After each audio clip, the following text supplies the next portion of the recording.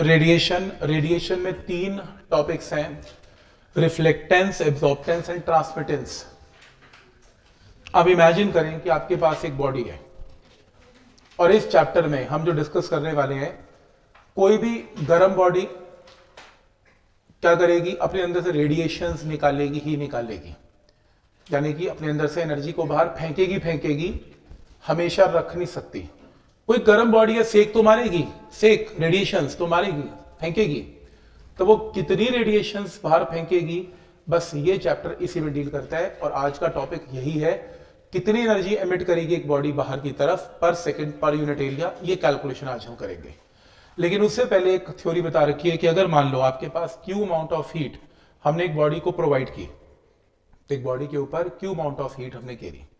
अब उस Q amount of heat में से कुछ पार्ट वो बॉडी क्या करेगी, रिफ्लेक्ट, उसकी बॉडी के ऊपर, सरफेस के ऊपर एनर्जी गिरेगी और वो एब्जॉर्ब नहीं होगी, टकरा के चली जाएगी। जैसे फोटोन्स हैं, टकराए और चले गए, उसने बॉडी ने उस एनर्जी को रखा भी नहीं, तो यानी कि उसने कुछ पार्ट ऑफ एनर्जी को क्या किया, रिफ्लेक्ट कर दिया, और कुछ को वो रख लेगी, एब्जॉर्ब कर लेगी, अपने पास रख लेगी और अपने टेम्परेचर को इंक्रीज कर लेगी, एब्जॉर्ब कर लेगी, और कुछ पार्ट को वो क्या करेगी, ट्रांसमिट करेगी in the form of radiations की फॉर्म में बाहर फेंकेगी, इलेक्ट्रोमैग्नेटिक रेडिएशंस।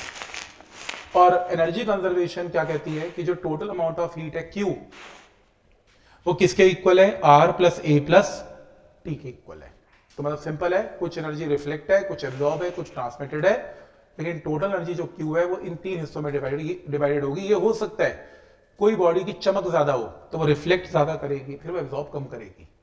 हो सकता है कोई ब्लैक बॉडी है, रफ बॉडी है, वो ज्यादा एब्जॉर्ब करेगी, फिर वो रिफ्लेक्ट कम करेगी। डल बॉडीज क्या करती हैं, एब्जॉर्ब ज्यादा करती हैं, रिफ्लेक्ट कम करती हैं।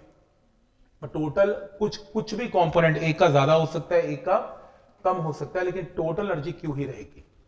तुम दोनों साइड्स को कैपिटल क्यू से डिवाइड कर दो, तो ये भी क्या, R by Q, A by Q, T by Q, और ये 1, ये इसकी जगह छोटा आर, इसकी जगह छोटा ए, इसकी जगह छोटा टी।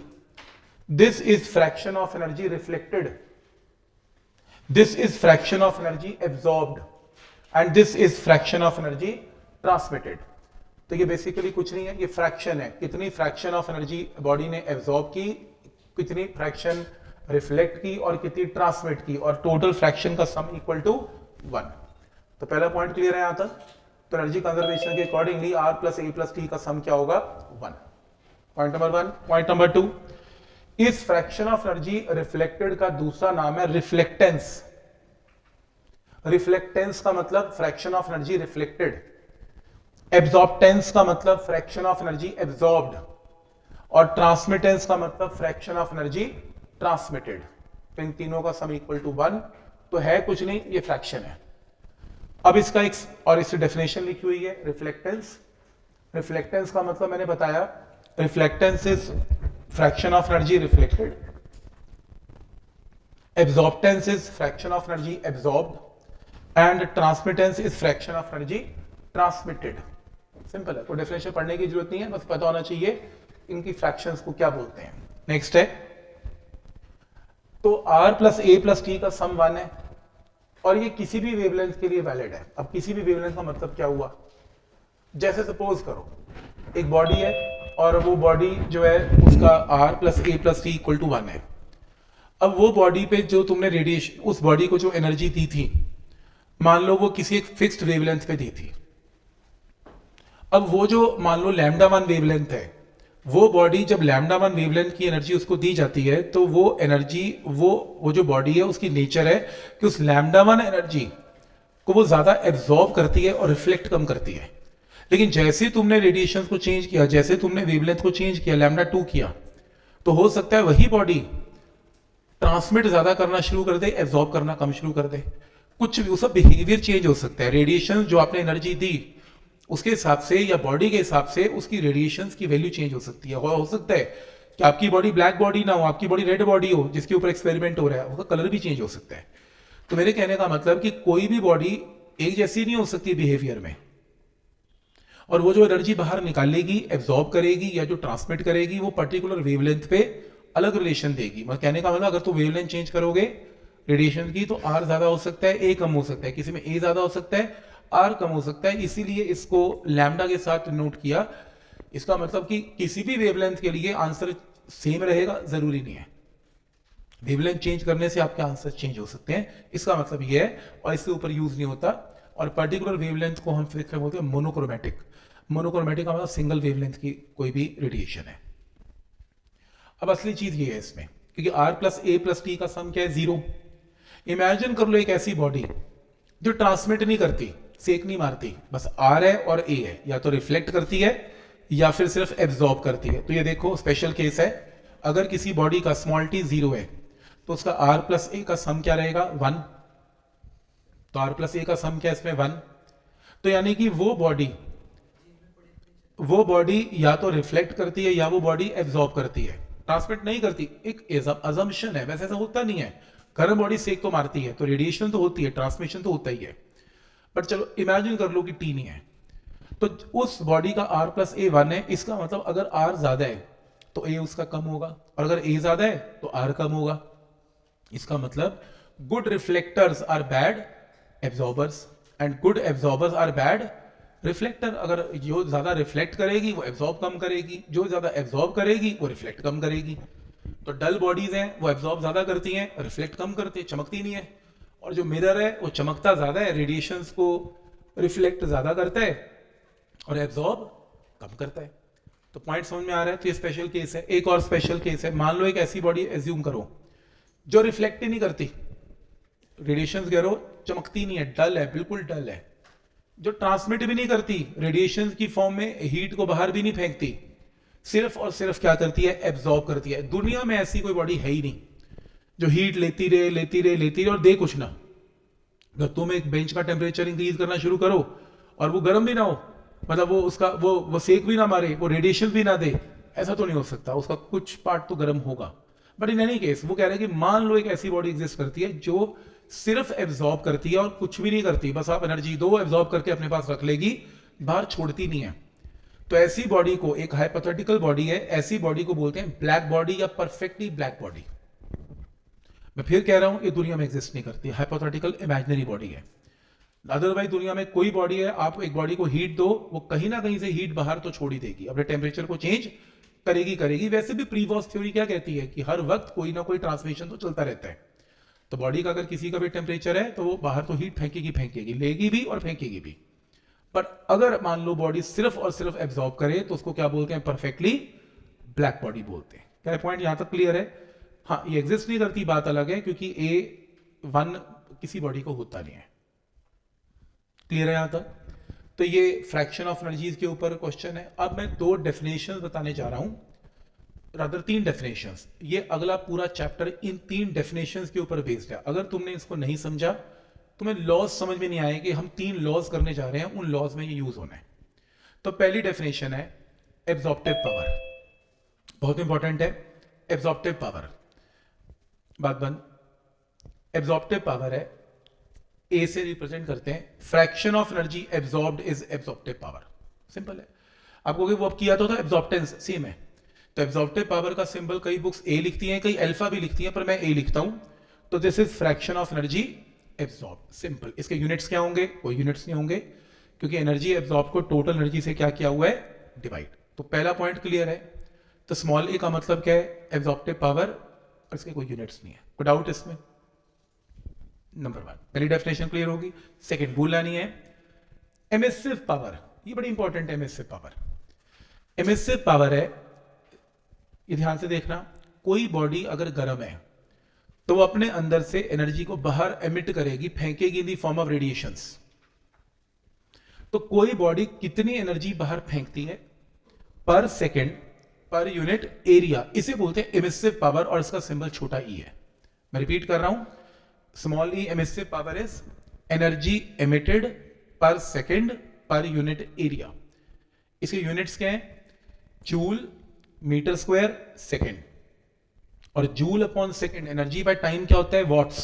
तो वॉट्स पर मीटर स्क्वायर भी लिखा जाता है, और कभी कभी इसे जूल पर मीटर स्क्वायर सेकंड भी लिखा जाता है। क्या पॉइंट यहां तक क्लियर है? तो पहली डेफिनेशन क्या आती है, छोटा ए। छोटा ए का मतलब है absorptive power, fraction of energy absorbed. छोटा ई का मतलब एमिसिव पावर, यानी कि energy emitted per second per unit area. ठीक है यहां तक। अब इसमें एक चीज ध्यान से ये देखने वाली है कि अगर मैं एमिसिव पावर की बात करता हूं तो मैंने आपको ये बताया कि एमिसिव पावर का मतलब छोटा ई है। छोटा ई का मतलब है कि कोई बॉडी कितनी एनर्जी क्या करेगा, एमिट करेगा पर second per unit area, emissive power है। और कौन सी बॉडी, कोई मर्जी बॉडी। कोई मर्जी बॉडी को इसमें क्या बोलते हैं, एनी बॉडी, कोई मर्जी बॉडी, उसके लिए डेफिनेशन ये फॉलो करते हैं। लेकिन एक बॉडी है जो हाइपोथेटिकल है जिसका नाम है perfectly black body. Perfectly black body दुनिया में एग्जिस्ट नहीं करती, पर अगर करे तो उसके लिए अगर मैं ये बोलूं कि एनर्जी, इसकी एमिसिव पावर क्या है, एनर्जी एमिटेड, जो इससे एनर्जी एमिट करेगी पर second per unit area, same definition है। ये परफेक्टली ब्लैक बॉडी की एमिसिव पावर है। इसके सिंबल को कैपिटल ई लिखते हैं, एक स्पेशल ट्रीटमेंट दिया जाता है कैपिटल ई, मतलब एक ही है। छोटे ई और कैपिटल ई में कोई फर्क नहीं है, दोनों का मतलब एमिसिव पावर है। बस फर्क ये है कि अगर आपको दूर से न्यूमेरिकल में छोटा ई दिखे तो समझ लेना वो परफेक्टली ब्लैक बॉडी नहीं है, वो एनी बॉडी है। और अगर आपको क्वेश्चन में क्या दिखे, कैपिटल ई दिखे, इसका मतलब एमिसिव पावर किसकी है, परफेक्टली ब्लैक बॉडी की है। तो समझ में आ रहा है छोटे ई बड़े ई में फर्क है, तो ये सेम नहीं है। छोटा ई का मतलब emissive power for any body है एक्सेप्ट परफेक्टली ब्लैक बॉडी, और कैपिटल ई का मतलब emissive power for a perfectly black body. बस छोटा ई जब बड़ा ही हो जाता है इसका मतलब बॉडी परफेक्टली ब्लैक है, बात खत्म हो गई। क्या ये पॉइंट क्लियर है? तो पहली डेफिनेशन क्या की, छोटा ए एब्जॉर्प्टिव पावर, मतलब क्या था, energy, fraction of energy absorbed, खत्म, कोई यूनिट्स नहीं। एमिसिव पावर क्या है, energy emitted per second per unit area. और अगर एनी बॉडी है तो स्मॉल ई, परफेक्टली ब्लैक बॉडी है तो कैपिटल ई। एक इसमें कॉन्ट्राडिक्शन है, घर जाके आपको शायद ये क्वेश्चन याद आए जब आप अच्छे से पढ़ेंगे इसे, आप ठीक तरह पढ़ेंगे इसमें। वो ये कि मैंने ये डिफाइन किया कि परफेक्टली ब्लैक बॉडी वो बॉडी है जो सिर्फ और सिर्फ क्या करती है, एब्जॉर्ब, ठीक है, रिफ्लेक्ट भी नहीं करती, ट्रांसमिट भी नहीं करती। तो उसकी एमिसिव पावर कैसे हो सकती है, क्योंकि एमिसिव पावर का मतलब energy emitted per second per unit area. ये कैसे हो गया, ये तो कॉन्ट्राडिक्शन हो गई। एक तरफ कह रहा हूं सिर्फ एब्जॉर्ब करती है और दूसरी तरफ कह रहा हूं ये एमिट करती है, ऐसा नहीं हो सकता। या तो फिर वो डेफिनेशन गलत है या फिर ये गलत है। पॉइंट है, क्वेश्चन सही है। तो ये ना जस्ट अजम्पशन है। Perfectly black body no doubt सिर्फ एब्जॉर्ब ही करती है, एब्जॉर्ब करती है, कुछ एमिट नहीं करती। लेकिन अगर वो एमिट करना शुरू करे तो उससे ज्यादा एमिशन कोई कर ही नहीं पाएगा, क्योंकि उसने सबसे ज्यादा एनर्जी को क्या करना है, एब्जॉर्ब करना है। तो अगर मैं अलाउ करूं कि परफेक्टली ब्लैक बॉडी एमिट करे तो उस एमिसिव पावर को, इमेजिनरी एमिसिव पावर को क्या बोलते हैं, ये कैपिटल ई बोलते हैं। मतलब ये सिर्फ इमेजिन कर रहा हूं कि अगर करना चाहें, अगर वो एमिट करना चाहे और अगर मैं अलाउ करूं अपने क्वेश्चन में कि परफेक्टली ब्लैक बॉडी एमिट करती है तो फिर कैपिटल ई से रिप्रेजेंट करेंगे और ये बहुत जबरदस्त एमिसिव पावर आएगी, कोई बॉडी इसको कंपीट नहीं कर पाएगी। क्योंकि बाकी बॉडी तो रिफ्लेक्ट भी करती है, पूरी एनर्जी एब्जॉर्ब ही नहीं कर पाती, लेकिन ये तो पूरी एनर्जी क्या करती है, एब्जॉर्ब करती है। तो इसकी एमिसिव पावर भी सबसे ज्यादा आएगी। ठीक, फिर आप कहोगे सर फिर इसको ऐसे इमेजिन कर क्यों रहे हैं, जब वो एनर्जी छोड़ेगी नहीं तो करना क्या है इसका करके। ठीक है, हम किसी भी एनी बॉडी, दुनिया में कोई भी बॉडी को परफेक्टली ब्लैक बॉडी से कंपेयर करते हैं। अगर मैं ये कहता हूं कि इसकी एमिसिव पावर बहुत हाई है, तो आप ये कंपेयर करोगे, इस टेबल की एमिसिव पावर बहुत हाई है, क्या ये परफेक्टली ब्लैक बॉडी जितनी है, देखो उतनी तो अचीव नहीं की जा सकती, लेकिन उसके काफी करीब है। इसका मतलब it is almost a perfectly black body. इसका मतलब इसमें चमक चमक कुछ नहीं है, ये चमकेगी नहीं, ये रिफ्लेक्ट नहीं करेगी, ये ज्यादा एब्जॉर्ब करेगी, इसलिए ज्यादा एमिट करेगी। तो ये ना एक बेंचमार्क बना रखा है, एक रेफरेंस पॉइंट बना रखा है परफेक्टली ब्लैक बॉडी, जो दुनिया में फिर कह रहा हूं एग्जिस्ट नहीं करती, पर रेफरेंस पॉइंट हमेशा किसको माना गया है, परफेक्टली ब्लैक बॉडी। तो पॉइंट समझ में आ रहा है, जस्ट अजम्पशन है, मैं फिर कह रहा हूं ये सिर्फ इमेजिनरी केस है परफेक्टली ब्लैक बॉडी, लेकिन जो है कंपैरिजन के लिए काम आता है। ये पॉइंट क्लियर है यहां तक? नेक्स्ट जो डेफिनेशन है, नेक्स्ट डेफिनेशन है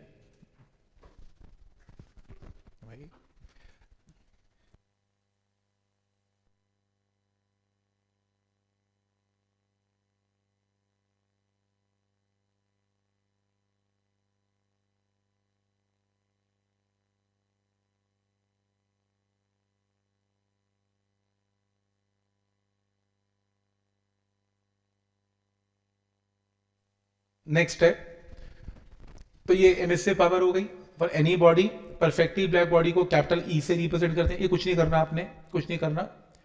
नेक्स्ट डेफिनेशन, इसको बॉक्स में डालो। एमिसिविटी, एमिसिविटी इसका सिंबल है एप्सिलॉन।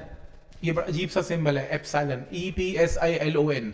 जैसे अल्फा बीटा गामा सिंबल होता है, एप्सिलॉन भी सिंबल है। एमिसिविटी, एमिसिविटी होती है, it is defined as a ratio of, it is defined as a ratio of क्या, emissive power for any body divided by emissive power for a perfectly black body.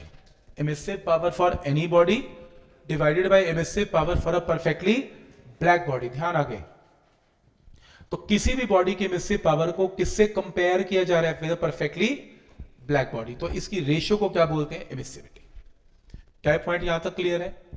तो अब सोचो, अगर किसी body की emissivity 1 है, किसी बॉडी की एमिसिविटी 1 है, ये 1 है, तो इसका मतलब क्या है, small e is equal to capital E, तो यानी कि it is a perfectly black body, क्योंकि स्मॉल e कैपिटल E के इक्वल हो जाएगा, it's a perfectly black body. और अदरवाइज किसी भी बॉडी की, एनी बॉडी की एमिसिविटी तो कम होती है परफेक्टली ब्लैक बॉडी, तो this fraction is always less than 1 से कम होगी। तुम्हें न्यूमेरिकल में गिवन होगा किसी बॉडी की एमिसिविटी 0.8 है, 0.9 है, 0.7 है, 0.4 है, इसका मतलब वो परफेक्टली ब्लैक बॉडी नहीं है। और अगर वो परफेक्टली ब्लैक बॉडी है तो उसकी एमिसिविटी बाय डिफॉल्ट क्या होती है, 1। तो पॉइंट क्लियर है यहां तक? तो ये तीसरी डेफिनेशन है, बस ये 3 डेफिनेशन ही है। तो पहली डेफिनेशन क्या है, small A, fraction of energy absorbed. दूसरी डेफिनेशन क्या है, एमिसिव पावर छोटा e, energy emitted per second per unit area. और परफेक्टली ब्लैक बॉडी के लिए सिंपल छोटे e की जगह बड़ा E, और स्मॉल e और कैपिटल E की रेशियो क्या बोलते हैं, एमिसिविटी। बस ये 3 डेफिनेशन है। क्लियर है यहां तक? नेक्स्ट है परफेक्टली ब्लैक बॉडी बता दिया, which neither reflect neither transmit but only absorbs. ये तो ठीक है। ये पेपर में आता नहीं है फेरीज ब्लैक बॉडी, मतलब वो कह रहा है कि फेरी नाम का साइंटिस्ट है जिसने ब्लैक बॉडी बनाने की कोशिश की, बना नहीं पाया, बात अलग है। उसने क्या किया, एक बंद पूरा हर तरफ से ब्लैक कलर की सरफेस ले ली, बहुत हल्की ओपनिंग की, हीट को इसमें एंटर किया, हीट अंदर टक्करे मार मार के अंदर ही रहेगी। लेकिन ऐसा हो नहीं सकता ना, ओपनिंग है तो हीट थोड़ी सी बाहर तो आएगी, क्योंकि अगर हीट अंदर हमेशा के लिए स्टोर रह गई तो परफेक्टली ब्लैक बॉडी बन गई, क्योंकि ये बॉडी हमेशा क्या करती है, एब्जॉर्ब। तो 99% रेडिएशन को इसे एब्जॉर्ब किया, लेकिन फिर भी ओपनिंग थी तो हीट तो बाहर निकलेगी, तो हमेशा के लिए तो स्टोर ही रह सकती। तो ये परफेक्टली ब्लैक बॉडी के करीब बनाने की कोशिश की, but this is not a perfectly black body. पर लेकिन ये पेपर में आता नहीं है, बात ऐसी नॉलेज के लिए। अब हम लॉज करने वाले हैं, लॉज। हम इसमें 3 लॉज करेंगे, किरचॉफ लॉ, स्टीफन लॉ और वेन डिस्प्लेसमेंट लॉ। बस ये 3 लॉज हैं, कोई प्रूफ नहीं है इनका, मतलब हमारे सिलेबस में प्रूफ ऐसे तो है। हम लॉज पढ़ेंगे, उसका न्यूमेरिकल पढ़ेंगे, बात खत्म हो गई, बस इतना ही। लॉज का अप्लाई करना आना चाहिए, दैट्स इट। तो टोटल कुल मिला के इसमें 4 लॉज हैं। पहला न्यूटन लॉ ऑफ कूलिंग कर लिया, दूसरा किरचॉफ लॉ, तीसरा स्टीफन लॉ, चौथा वेन डिस्प्लेसमेंट लॉ। बस ये 4 लॉज हैं। एक हमने कर लिया, लास्ट टाइम किया था, और एक किरचॉफ लॉ। किरचॉफ लॉ एक लाइन में खत्म करता हूं, ये तो पूरी लंबी स्टोरी है। किसी भी बॉडी के लिए उसकी एमिसिव पावर और उसकी absorptive power at a given temperature, temperature change नहीं करना, टेम्परेचर कांस्टेंट रख दो। 10 किस्म की बॉडीज ले आओ, कुछ भी 10 कोई भी मटेरियल की बॉडी ले आओ, अगर सबका टेम्परेचर सेम है तो उस बॉडी की एमिसिव पावर और एब्जॉर्प्टिव पावर की रेशियो कांस्टेंट ही होगी, सेम होती है। तो बॉडी नंबर 1 की एमिसिव और एब्जॉर्प्टिव पावर, बॉडी नंबर 2 की emissive absorptive power, body number 3 की एमिसिव एंड एब्जॉर्प्टिव पावर। कोई कहता है जी मैं तो परफेक्टली ब्लैक बॉडी ले आऊं, हाँ तो ले आओ, उसकी भी एमिसिव और एब्जॉर्प्टिव पावर की रेशियो विल रिमेन सेम। ये किरचॉफ लॉ है। तो यानी कि लेकिन at a given temperature, temperature नहीं बढ़ाना, टेम्परेचर बढ़ाओगे फिर ई और ए चेंज हो जाते हैं। तो for a given temperature for any body, चाहे वो परफेक्टली ब्लैक बॉडी हो या ना हो, ई और ए की रेशियो विल रिमेन सेम। और परफेक्टली ब्लैक बॉडी का ई को कैसे रिप्रेजेंट करते हैं, कैपिटल ई, और ए क्या होता है परफेक्टली ब्लैक बॉडी का 1। तो फिर लॉ क्या कहता है कि किसी भी बॉडी का ई bye A for any radiation, lambda कुछ भी हो, E by A for all surfaces for any body is always a constant and is equal to what, capital E, क्योंकि कैपिटल E के नीचे तो बनाया हुआ है। तो for a perfectly black body, in short, E by A is a constant, तो E is proportional to A।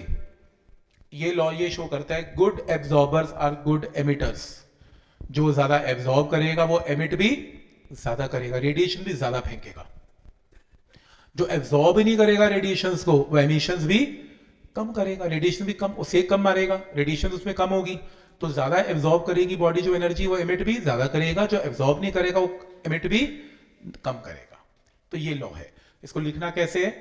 It states that at any given temperature, किसी भी टेम्परेचर पे, ratio of emissive power to the absorptive power, that is E by A, corresponding to a certain wavelength is a constant, किसी भी wavelength के लिए constant है for all bodies, किसी भी बॉडी के लिए रूल चलता है, and is constant is equal to emissive power for a perfectly black body. तो ये रूल परफेक्टली ब्लैक बॉडी के लिए भी चलता है। बस ये है लॉ। तो लॉ समझ में आ गया, E by A is a constant, E proportional to A, good emitters are good absorbers, that's it. तो rule number 1 clear, Kirchhoff law समझ में आ गया क्या है। इसके न्यूमेरिकल नहीं आते, बस ये लॉ है, बात खत्म, इतना ही है बस ये। ठीक, तो ग्रीन हाउस इफेक्ट बचपन से पढ़ते आए हो, अर्थ का टेम्परेचर गर्म हो जाता है, हीट ट्रैप हो जाती है, बाहर जा नहीं पाती, तो हम जिंदा हैं, अदरवाइज हम नहीं रहते, ठंड हो जाती है। यहाँ पे स्पेस में जाओ, जहाँ वो एस्ट्रोनॉट जाते हैं और सेटेलाइट रिपेयर करने स्पेस में, वहाँ का टेम्परेचर तो माइनस में है, वहाँ तो आप एक सेकंड भी बिना उस सूट के निकल नहीं सकते, आप वही खत्म हो जाएगा इंसान, इतनी ठंड है वहाँ पे। तो क्योंकि वो ट्रोपोस्फेयर के भी ऊपर है, तो ट्रोपोस्फेयर जो लेयर्स हैं वो हीट को बचा के रखती हैं और रिफ्लेक्ट होकर हीट वापस आ जाती है, रेडिएशंस अर्थ के पास ही रहती हैं। बस ये है कॉन्सेप्ट। नेक्स्ट है प्रूफ ऑफ किरचॉफ लॉ। नहीं करना, नहीं करना, मैं हटाना भूल गया, इसको नहीं करना। किरचॉफ लॉ कहीं काम नहीं आएगा, आज तक जब से लिखा तब से काम नहीं आ रहा। ठीक, और किसी किताब में गिवन भी नहीं है, सबसे बड़ी बात। तो नहीं करना आपने, ये किरचॉफ लॉ क्रॉस कर दो, इसकी जरूरत नहीं है। नेक्स्ट है स्टीफन्स बोल्ट्जमैन लॉ। ये अकेला स्टीफन लॉ भी बोलते हैं और स्टीफन बोल्ट्जमैन लॉ भी बोलते हैं इसे। ठीक है, स्टीफन बोल्ट्जमैन लॉ एक लाइन में खत्म करता हूं। वो ये कहते हैं कि आप एक कोई भी बॉडी रख दो मेरे सामने, कोई मर्जी बॉडी, आयरन रख दो, एल्यूमिनियम, जिसका टेम्परेचर T है, गर्म होनी चाहिए, जिसका टेम्परेचर T है, और वो बॉडी अपने अंदर से एनर्जी, और सपोज वो परफेक्टली ब्लैक बॉडी है, मान लो पहले एक्सपेरिमेंट परफेक्टली ब्लैक बॉडी रख दो, चलो छोड़ो आयरन को भी, एक परफेक्टली ब्लैक बॉडी रख दो जो कि एग्जिस्ट नहीं करती, पर अगर आप मेरे सामने रख दो और उसका टेम्परेचर अगर T है, तो वो T टेम्परेचर की बॉडी अपने अंदर से बाहर रेडिएशन निकालेगी। तो सेक तो निकलेगा ही, रेडिएशन तो आएगी, गर्म बॉडी है तो रेडिएशन बाहर निकालेगी, तो एनर्जी एमिट करेगी पर सेकेंड पर यूनिट एरिया। और क्योंकि परफेक्टली ब्लैक बॉडी बोला तो energy emitted per second per unit area का सिंबल क्या है? Capital E। तो किसी भी परफेक्टली ब्लैक बॉडी की जो एनर्जी एमिटेड है पर second per unit area, that is capital E for perfectly black body. Law कहता है कि वो टेम्परेचर रेज़ टू पावर 4 के डायरेक्टली प्रोपोर्शनल है। तो ये लॉ है, E directly proportional temperature raise to power 4। अगर किसी बॉडी का टेम्परेचर ज्यादा है तो वो बॉडी एनर्जी भी ज्यादा एमिट करेगी पर सेकेंड पर यूनिट एरिया, और अगर टेम्परेचर कम है तो एनर्जी एमिटेड कम होगी। क्लियर है? क्योंकि मैंने बड़ा E यूज किया, तो ये लॉ किसके लिए वैलिड है? Perfectly black body. और यहां पर अगर प्रोपोर्शनल की जगह कांस्टेंट आएगा, ये कांस्टेंट का नाम है सिग्मा, स्टीफन्स कांस्टेंट। इसकी वैल्यू बहुत सही है, इसकी वैल्यू याद करनी है, 5, 6, 7 और 8। क्या नंबर है देखो सही, 5.67 इंटू 10 की पावर -8 जूल्स में, एसआई में। इसे प्लीज बॉक्स में डाल लो, ये यूज करने को आता है, सिग्मा पता होना चाहिए। तो मैंने क्या बताया कि for a perfectly black body, मैंने ये बताया कि फॉर अ स्टीफन्स लॉ के accordingly, for a perfectly black body, energy emitted per second per unit area is proportional to temperature raised to power 4.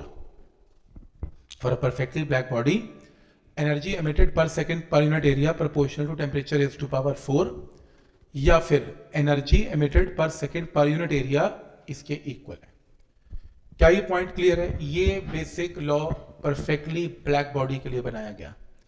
लेकिन एक स्टूडेंट कहता है कि मेरे पास परफेक्टली ब्लैक बॉडी ना हो तो, एनी बॉडी हो तो फिर एक काम करें, मॉडिफिकेशन है। एमिसिविटी क्या होती थी? Small E by capital E. तो कैपिटल ई क्या होता है? कैपिटल ई की वैल्यू स्मॉल ई बाय एमिसिविटी।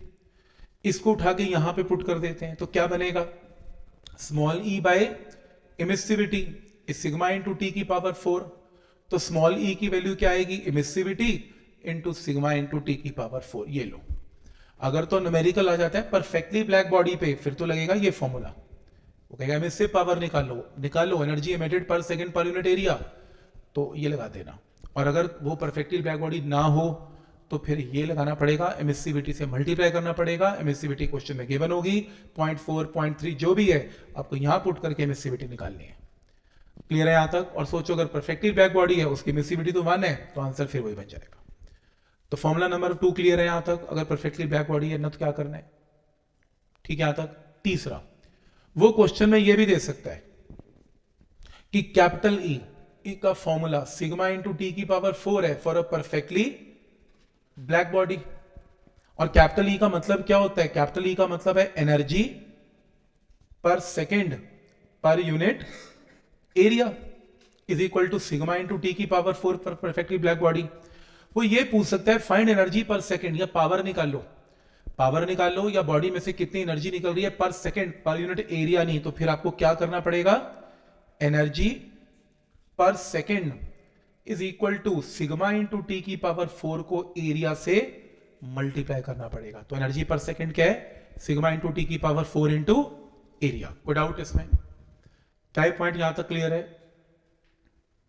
तो क्वेश्चन डिपेंड करता है, अगर वो एनर्जी पर सेकेंड पूछ रहा है फिर तो ये करना पड़ेगा। इसका सिंबल कई बुक्स पी लिखती हैं पावर, और कई बुक्स इसको एच भी लिखती हैं। एच का मतलब एनर्जी पर सेकेंड, मर्जी है। पर मैं ना एच लिखूं ना मैं पी लिखूं, मैं तो नाम पढ़ता हूं न्यूमेरिकल में। क्या पूछा? एनर्जी पर सेकेंड, तो मैं पी और एच नहीं देखता। एनर्जी पर सेकेंड है तो फिर एरिया को मल्टीप्लाई करूंगा। और अगर सिर्फ एनर्जी पूछी, ओनली एनर्जी एमिटेड, बस एनर्जी निकाल लो जूल्स में, तो फिर कुछ नहीं करना पड़ेगा। जो रिजल्ट है उसको टाइम से मल्टीप्लाई, क्योंकि एनर्जी बाय टाइम है ना, तो टाइम राइट साइड पे जाएगा, तो सिर्फ और सिर्फ क्या आएगी? एनर्जी। डिपेंड करता है, अगर एनर्जी पूछी है तो ये फॉर्मूला, एनर्जी पर सेकेंड पूछा है तो ये formula, energy per second per unit area पूछा है तो ये फॉर्मूला। देखना पड़ेगा क्वेश्चन में पूछा क्या है। और ये रिजल्ट किसके लिए? Perfectly black body. और अगर ये ब्लैक बॉडी ना हो तो पूरे रिजल्ट को इसको, इसको और इसको एमिसिविटी से मल्टीप्लाई, फिर ये सिंबल कैपिटल ई नहीं रहेगा, सिंबल स्मॉल ई के साथ चलेगा। तो एमिसिविटी से मल्टीप्लाई करना पड़ेगा। पॉइंट समझ में आ रहे हैं यहां तक? पॉइंट क्लियर है कि कैसे सोचना है इसमें? लगाना आ रहा है ये स्टीफन लॉ? कोई डाउट इसमें? ठीक है। और लास्ट, कभी कभी ऐसा भी पूछ सकता है, वो ये भी पूछ सकता है कि अगर मान लो एक बॉडी है जिसका टेम्परेचर टी है, हाई है, और ये एक कंटेनर में पड़ी हुई है जिसका सराउंडिंग का टेम्परेचर टी नॉट है। प्रीवॉस्ट की थ्योरी ये कहती है कि ये बॉडी का टेम्परेचर अगर हाई है तो ये कुछ एनर्जी को बाहर फेंक रहा है सराउंडिंग में, और सराउंडिंग से एनर्जी ले भी रहा है। कोई भी बॉडी सराउंडिंग में एनर्जी फेंकती रहती है और उसे लेती भी रहती है। अब क्योंकि फेंकने की रेट ज्यादा है, क्योंकि टी बड़ा है टी नॉट से, तो नेट एनर्जी, और मान लो ये परफेक्टली ब्लैक बॉडी है, अगर ये परफेक्टली ब्लैक बॉडी है तो कितनी एनर्जी ये बाहर फेंक रही है पर सेकेंड पर यूनिट एरिया? तो ये एनर्जी बाहर फेंक रही है, और इतनी एनर्जी वो रिसीव भी तो कर रही है। तो ये बाहर फेंक रही है, ये रिसीव कर रही है, तो नेट एनर्जी कितनी बाहर जा रही है? इतनी एनर्जी बाहर जा रही है पर सेकेंड पर यूनिट एरिया। तो परफेक्टली ब्लैक बॉडी में अगर सराउंडिंग का टेम्परेचर भी गिवन है तो आपको जो फॉर्मूला है वो क्या लगाना है? ये लगाना है, ये लगाना है, परफेक्टली ब्लैक बॉडी। और अगर ये परफेक्टली ब्लैक बॉडी नहीं है, अगर ये क्या है? एनी बॉडी है, तो फिर कैपिटली क्या बन जाएगा? छोटा ई, और रिजल्ट को एमिसिविटी से क्या करना पड़ेगा? मल्टीप्लाई। ये लो, ये फॉर्मूला है। तो पॉइंट समझ में आ रहा है? परफेक्टली ब्लैक बॉडी में ये फॉर्मूला है, और अगर परफेक्टली ब्लैक बॉडी नहीं है तो ये फॉर्मूला है। कोई डाउट इसमें? तो कैसे लगेगा स्टीफन लॉ अलग अलग न्यूमेरिकल्स में? समझ में आ रहा है यहां तक? ठीक है यहां तक? कोई डाउट इसमें? बहुत थ्योरी है, इतनी थ्योरी किसी चैप्टर में नहीं है फिजिक्स में जितनी आज मेरे ख्याल से हाईएस्ट थ्योरी का लेक्चर मेरे ख्याल से माना जाएगा ये।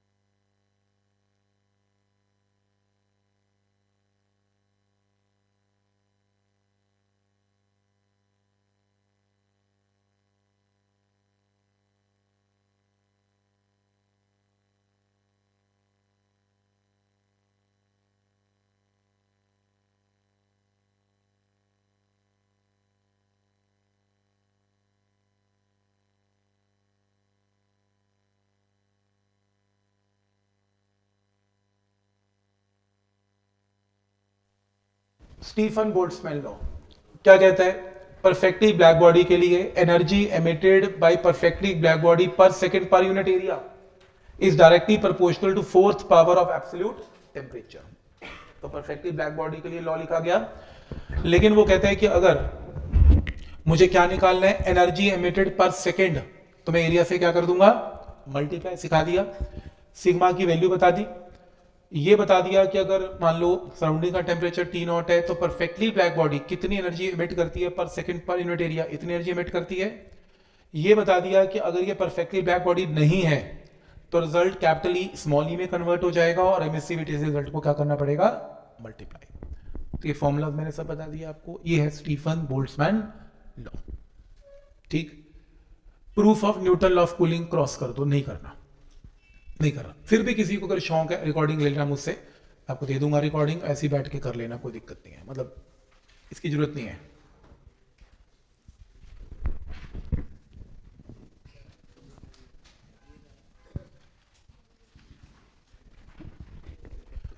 तो जो अगली शीट है उसका फर्स्ट न्यूमेरिकल, स्टीफन लॉ लगाना कैसे इसको देखते हैं। इसको देखो,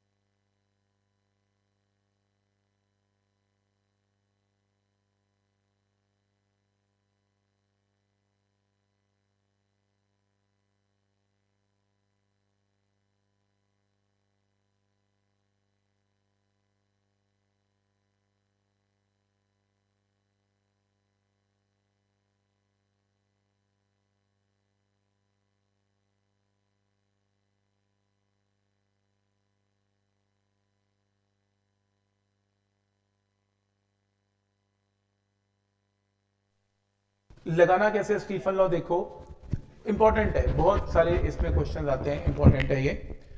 बस ये देखना कि निकालना क्या है। जैसे फॉर एग्जांपल कैलकुलेट टेम्परेचर, तो टेम्परेचर निकालना है, परफेक्टली ब्लैक बॉडी है और जब भी कुछ मेंशन ना हो कि वो कौन सी बॉडी है तो आप उसको परफेक्टली ब्लैक बॉडी ही लें। तो आप टेम्परेचर निकाल लें परफेक्टली ब्लैक बॉडी का कि जब वो एनर्जी रेडिएट कर रही है, बाहर निकाल रही है, कितनी, 5.67 वॉट्स पर सेंटीमीटर स्क्वायर। वॉट क्या होता है, जूल पर सेकेंड। तो ये क्या गिवन है, energy emitted per second per unit area, ये एमिसिव पावर गिवन है capital E, perfectly black body की कैपिटल ई गिवन है। तो लगाओ स्टीफन लॉ, आपको ई पता है। अब ई किसमें गिवन है, सेंटीमीटर स्क्वायर में। प्रॉब्लम है कि जो वॉट्स है वो एसआई सिस्टम है, सेंटीमीटर स्क्वायर सीजीएस है, तो सेंटीमीटर स्क्वायर को पहले मीटर स्क्वायर में कन्वर्ट करेंगे, ऐसे बन गया। तो ई क्या है, सिग्मा इंटू टी की power 4, it's a perfectly black body. यहां से सॉल्व करके क्या निकलेगा, टेम्परेचर। ई आपको पता है, सिग्मा आपको पता है, सॉल्व करके सिंप्लीफाई करके क्या आएगा, टेम्परेचर केल्विन में आएगा। तो जब भी एनर्जी एमिटेड पर सेकेंड की बात हो और टेम्परेचर की बात हो तो स्टीफन लॉ आपको हेल्प करेगा।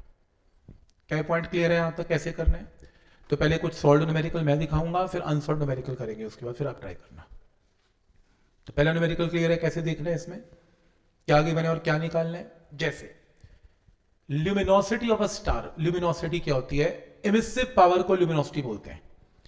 एमिसिव पावर ही ल्यूमिनोसिटी है। ल्यूमिनोसिटी का मतलब होता है energy emitted per second per unit area, और ल्यूमिनोसिटी का मतलब ही यही है। तो एक बॉडी की एमिसिव पावर 17,000 टाइम्स ज्यादा है एज कंपेयर टू सन। अगर सन का टेम्परेचर मैं आपको दे दूं तो बॉडी का टेम्परेचर क्या है ये बताओ। तो आप एक काम करें, एक बार इक्वेशन लगाएं स्टार के लिए या किसी बॉडी के लिए और एक बार सन के लिए। तो स्टीफन लॉ लगाएं, मान लो स्टार के लिए, स्टार की एमिसिव पावर या ल्यूमिनोसिटी E1 है और उसका टेम्परेचर T1 है। सन के लिए E2 है, टेम्परेचर T2 है। तो यहां से क्रॉस मल्टीप्लाई करके स्टार का टेम्परेचर निकालना है, सन का गिवन है, क्रॉस मल्टीप्लाई कर लिया। स्टार की मिसिव पावर सन से कितने टाइम ज्यादा है, 17,000, तो इसकी जगह क्या आएगा 17,000। और टेम्परेचर कितना है सन का, 6000 केल्विन, तो टेम्परेचर 6000 केल्विन। दो बार अंडर रूट लेना पड़ेगा, 1/4, 2 टाइम्स अंडर रूट, तो थोड़ी कैलकुलेशन है, आंसर स्टार का टेम्परेचर आएगा। अब देखो कमाल की बात, तो आपके इस सोलर सिस्टम में टेम्परेचर ऑफ स्टार निकल सकता है।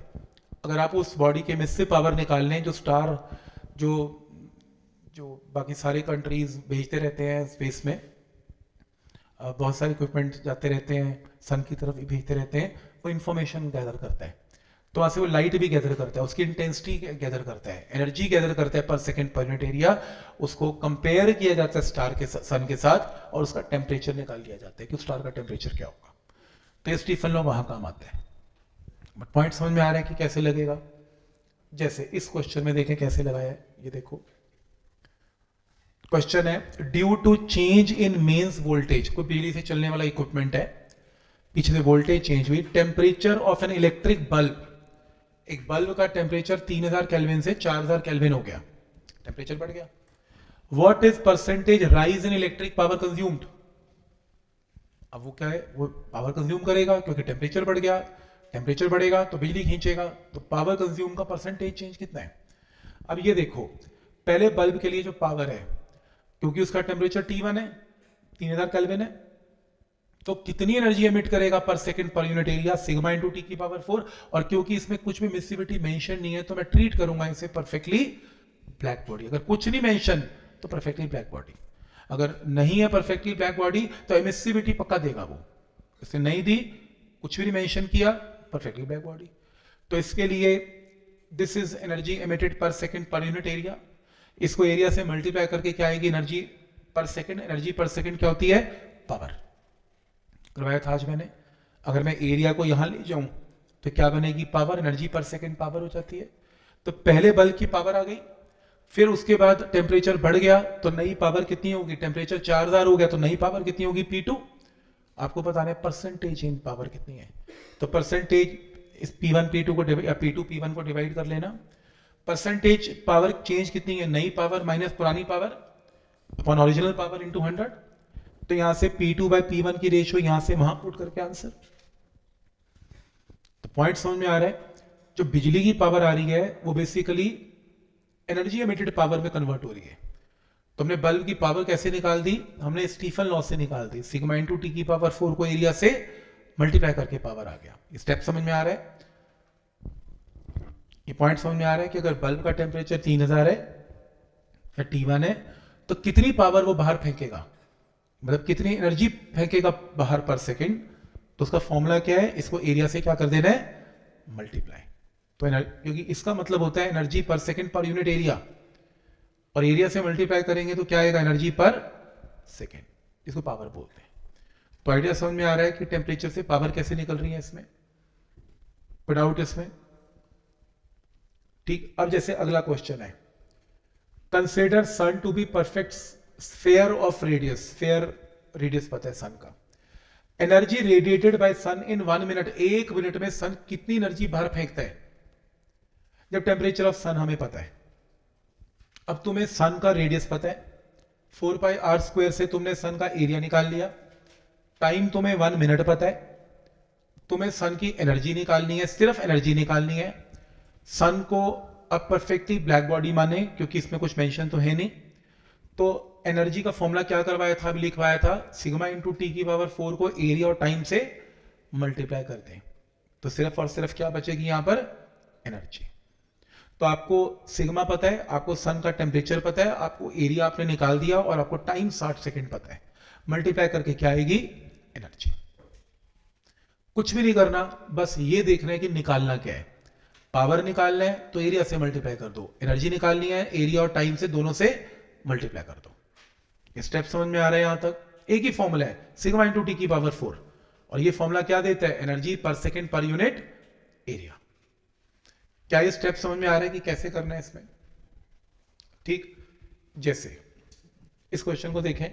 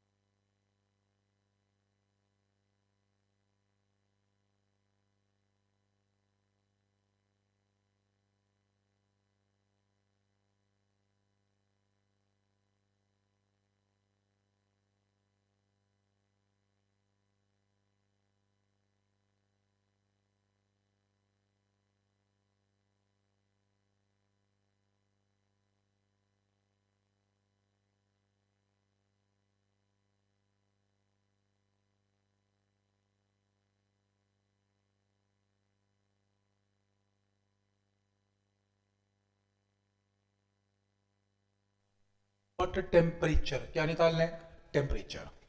Will the filament of 100 watt lamp, power given है, एनर्जी पर सेकंड गिवन है, if it is suppose to be perfectly black body of area given. अब तुम्हें पावर पता है, पावर वॉट्स में पता है, और बाकी एरिया सेंटीमीटर स्क्वायर में पता है, या तो इसको मीटर स्क्वायर कर लो, या फिर वॉट्स जो होता है वो जूल पर सेकंड होता है, इसको अर्ग्स में कन्वर्ट कर लो, ताकि एक चीज या तो सारा सीजीएस में करो या सारा एसआई में। तो चलो मैंने पावर को अर्ग्स में कर लिया, पर सेकंड सीजीएस कर लिया। एरिया मुझे पता है, पावर होती क्या है, सिग्मा इंटू टी की पावर 4 इंटू एरिया बताया था अभी। तो इसको energy per second per unit area को एरिया से मल्टीप्लाई करेंगे तो पावर आ गई। तो यहां से क्रॉस मल्टीप्लाई करके टेम्परेचर आ गया। पावर तुम्हें सीजीएस में पता है, सिग्मा की वैल्यू तुम्हें पता है, एरिया तुम्हें पता है, पर प्रॉब्लम है जो सिग्मा की वैल्यू है, जो सिग्मा की वैल्यू है वो किस में तुम्हें पता है, वो तुम्हें पता थी 5.67 इंटू 10 की पावर -8 एसआई में। तुम्हें किस में करना है, सीजीएस में। तो फिर तुम एक चीज याद करो, सीजीएस में वैल्यू है 5.67 इंटू 10 की पावर -5, ठीक याद रखना है ये। सीजीएस में -5 है, एसआई में -8 है। या अगर सिग्मा के चक्कर में नहीं पढ़ना, फिर बेटर है यार तुम, वैसे मैंने ज्यादा लंबा कर दिया, पावर को कन्वर्ट करने की जरूरत नहीं थी, मैं एरिया को ही कन्वर्ट कर देता, एक ही तो चीज कन्वर्ट करनी थी, बाकी ऐसी आपकी मर्जी है। तो चलो मैंने सीजीएस कर दिया, कोई बात नहीं, मैंने अर्ग्स में कर दिया। तो अब जब मैंने यहाँ पर पावर को अर्ग्स में पुट किया, सिग्मा भी सीजीएस में पुट किया, एरिया भी सीजीएस में पुट किया, और जब मैंने सॉल्व किया तो आंसर तो केल्विन में ही आना है। तो इट्स बेटर कि मैं इसमें एरिया को ही मीटर स्क्वायर कर लेता, तो ज़्यादा आसान हो जाता मेरे को लगता है। बाकी कुछ चेंज करने की जरूरत ही नहीं थी मेरे को, वो वॉट्स भी ठीक था और सिग्मा भी ऐसा ही ठीक था। रादर मैंने दो चीज़ें चेंज की, इससे अच्छा मैं एरिया को मीटर स्क्वायर करता, ज़्यादा बेटर रहता। बट आपको समझ में आ रहा है कि कैसे निकलेगी पावर की प्रॉब्लम, कैसे निकलेगी इसमें, बोलो। कहाँ पे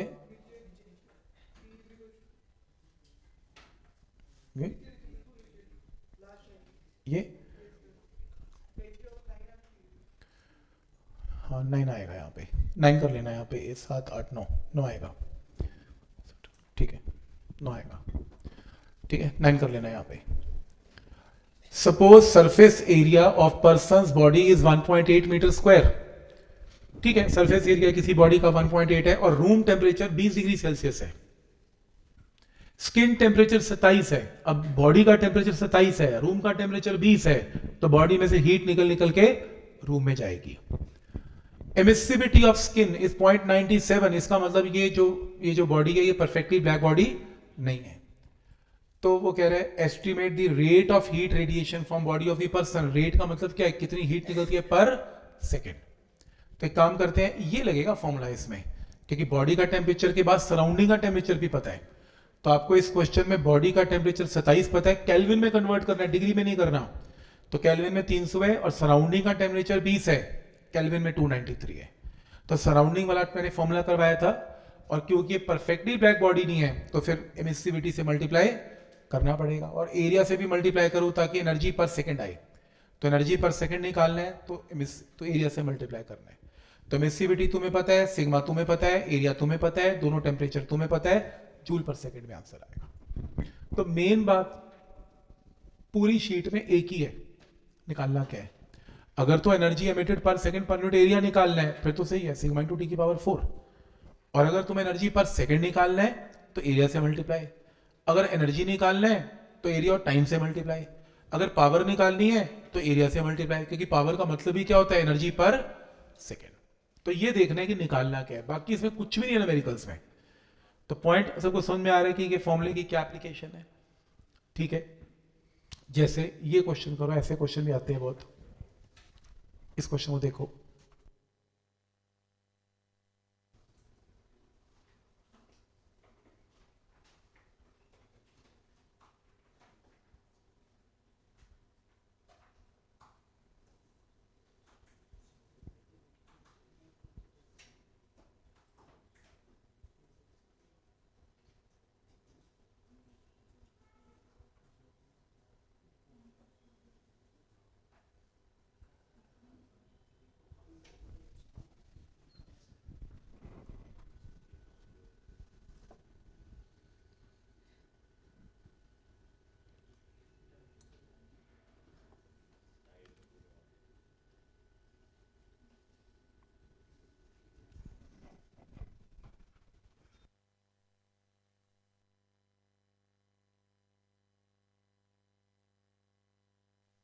दो बॉडीज है ए एंड बी, एक वेसल में पड़ी हुई है, वेसल का टेम्परेचर 27 है, वेसल कंटेनर सराउंडिंग का टेम्परेचर गिवन है, ए का टेम्परेचर 527 है, बी का टेम्परेचर 127 है, तो ए भी हीट बाहर फेंकेगी और बी भी फेंकेगी क्योंकि दोनों का टेम्परेचर सराउंडिंग से बड़ा है। तो rate at which heat is lost from A and B की रेट रेशियो निकालनी है। तो टेम्परेचर सबसे पहले सराउंडिंग का 27 है, केल्विन में कन्वर्ट करो, ए बॉडी का टेम्परेचर 527 है, केल्विन में कन्वर्ट करो, बी बॉडी का टेम्परेचर 127 है, केल्विन में कन्वर्ट करो। अब एनर्जी एमिटेड पर सेकंड क्या होती है, तो पावर निकालनी है, पावर निकाल लो, या energy per second per unit area निकालना है वो निकाल लो। तो फॉर्मूला क्या लगाएंगे, क्योंकि इसने एन, ये तो बोला नहीं कि ये परफेक्टली ब्लैक बॉडी नहीं है, तो इसलिए हम बाय डिफॉल्ट क्या लेंगे, इसे परफेक्टली ब्लैक बॉडी। कुछ मेंशन नहीं किया, एमिसिविटी मेंशन नहीं की, तो फॉर्मूला लगाएं, इन्हें डिवाइड करें, आपको रेट निकालना है एनर्जी का एमिटेड पर सेकंड। कोई कहता है जी एनर्जी पर सेकंड का रेट निकालना है, पावर निकालनी है, तो कोई बात नहीं, एरिया से मल्टीप्लाई कर लें, वो एरिया अपने आप वापस से कैंसिल ही होएगा, फर्क नहीं पड़ रहा कोई भी।